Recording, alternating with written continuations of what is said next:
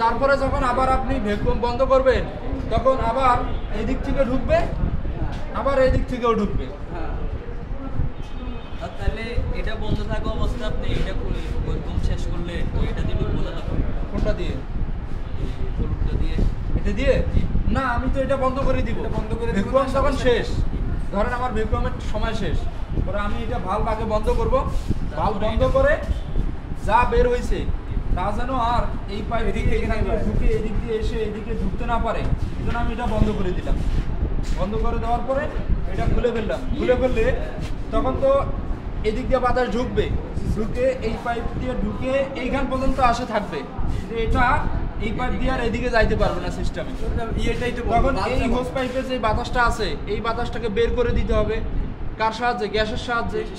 এই যে হোস পাইপের বাতাসটা আমি বের করে দিব, এটাকেই বলে পার্সিং।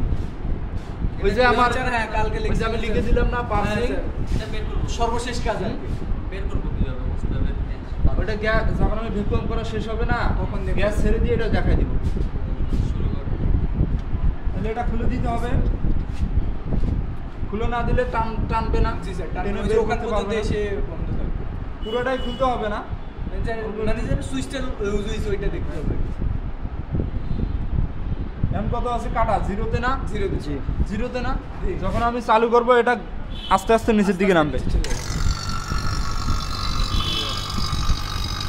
মানে মাইনাস প্রেসার যা আছে বের হয়ে আসতেছে। এখানে এদিক দিয়ে বাইরে হচ্ছে।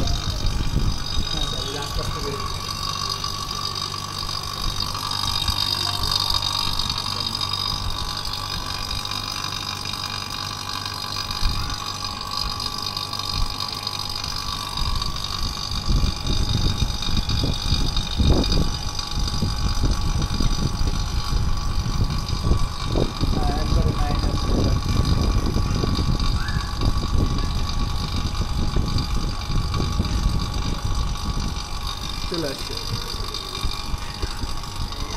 ধরেন একটা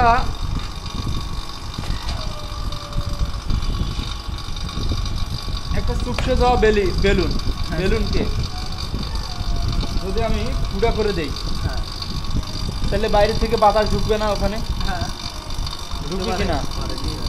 ঢুকবে কিনা? ঢুকবে। ডুববে। তোমরা ফুলবে না, কিন্তু ওটা ভিতরে তো বাতাস আসবে। বাতাস ঢুকবে সেরকম। এর মধ্যে তো কোনো বাতাস নাই, না। বায়ু শূন্য। শূন্য না? যদি কোনো এর মধ্যে কোনো লিকেজ থাকে, স্লো লিকেজ দিয়ে কি ঢুকবে? বাতাস ঢুকবে না। আর বাতাস যদি ঢুকে এই কাটা কি এইখানে থাকবে না? আস্তে আস্তে বেড়ে যাবে। বেড়ে যাবে না? তো আমরা ভূকম্প করার পরে যখন এটা বন্ধ করবো, বন্ধ করার পরে এই কাটা যদি আস্তে আস্তে উপরে ওঠে, তার মানে বুঝতে হবে টিউবের মধ্যে কোথাও লিকেজ আছে। বুঝছেন তো?